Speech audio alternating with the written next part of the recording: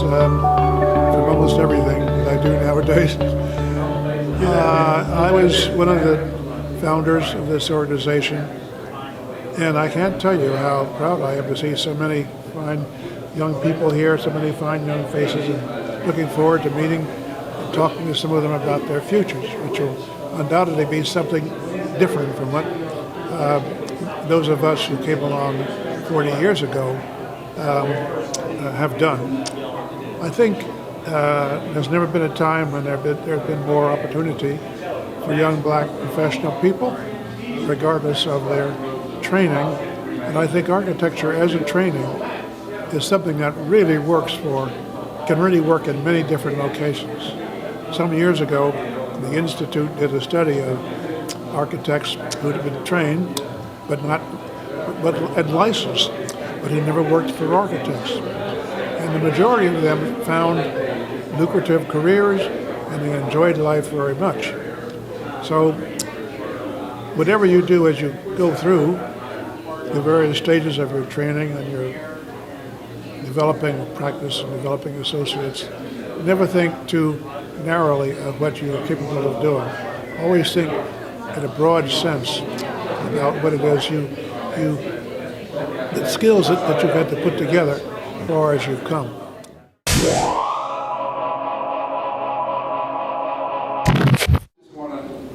Welcome all of you to the city.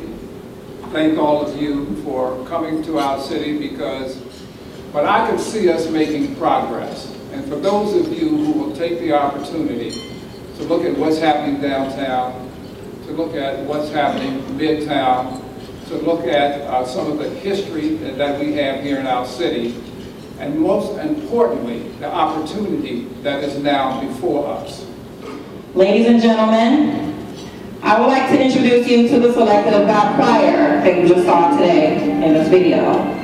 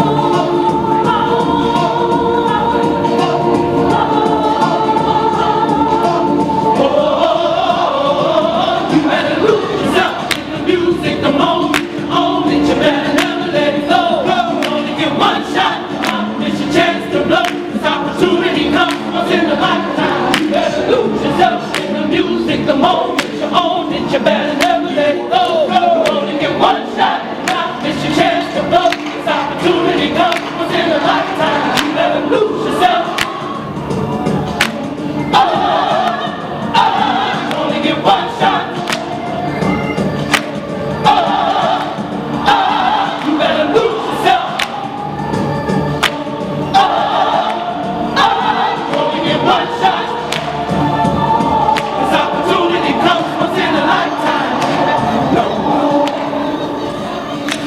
NOMA. You only get one shot.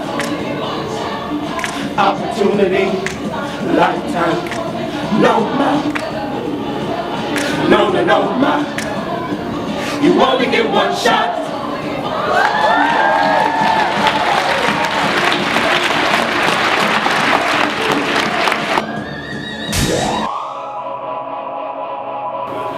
I am Monica Ponce de Leon, Dean of Tauman College of Architecture and Urban Planning at the University of Michigan.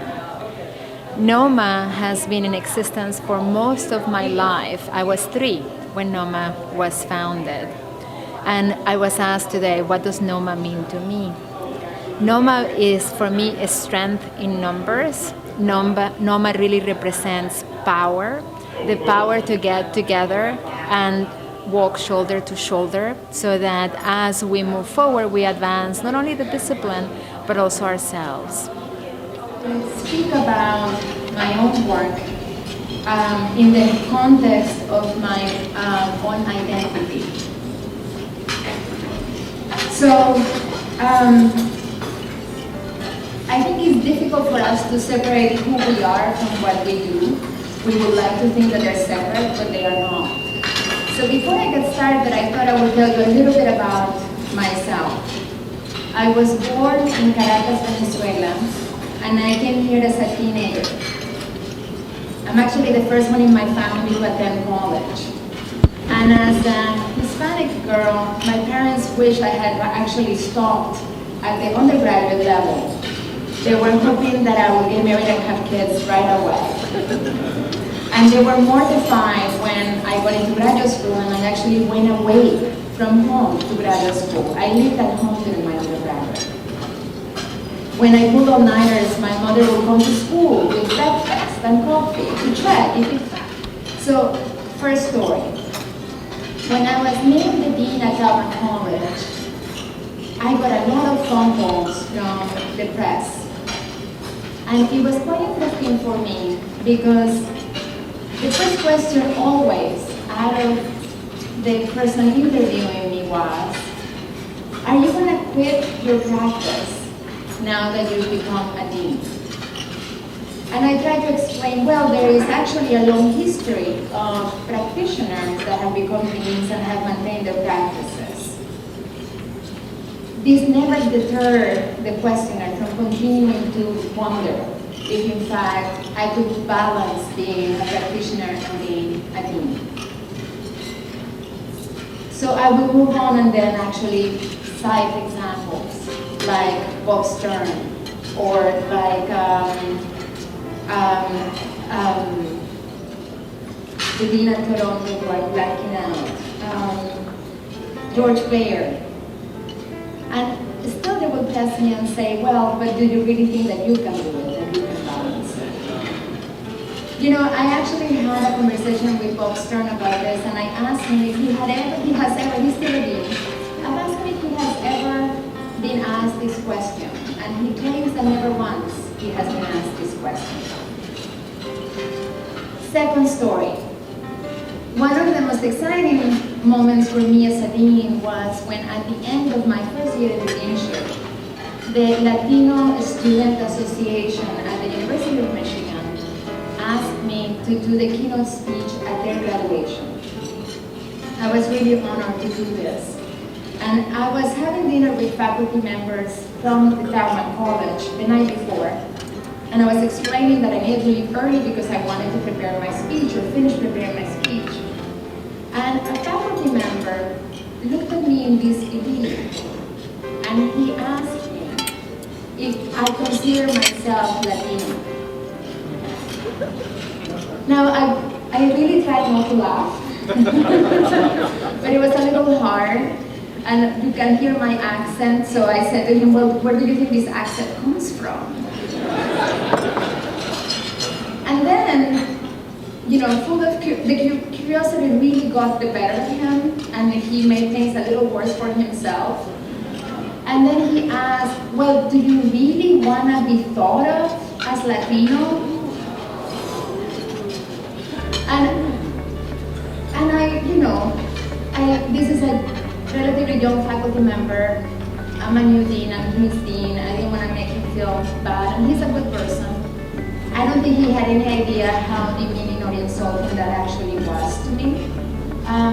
So I told him I am what I am, and I like what I am.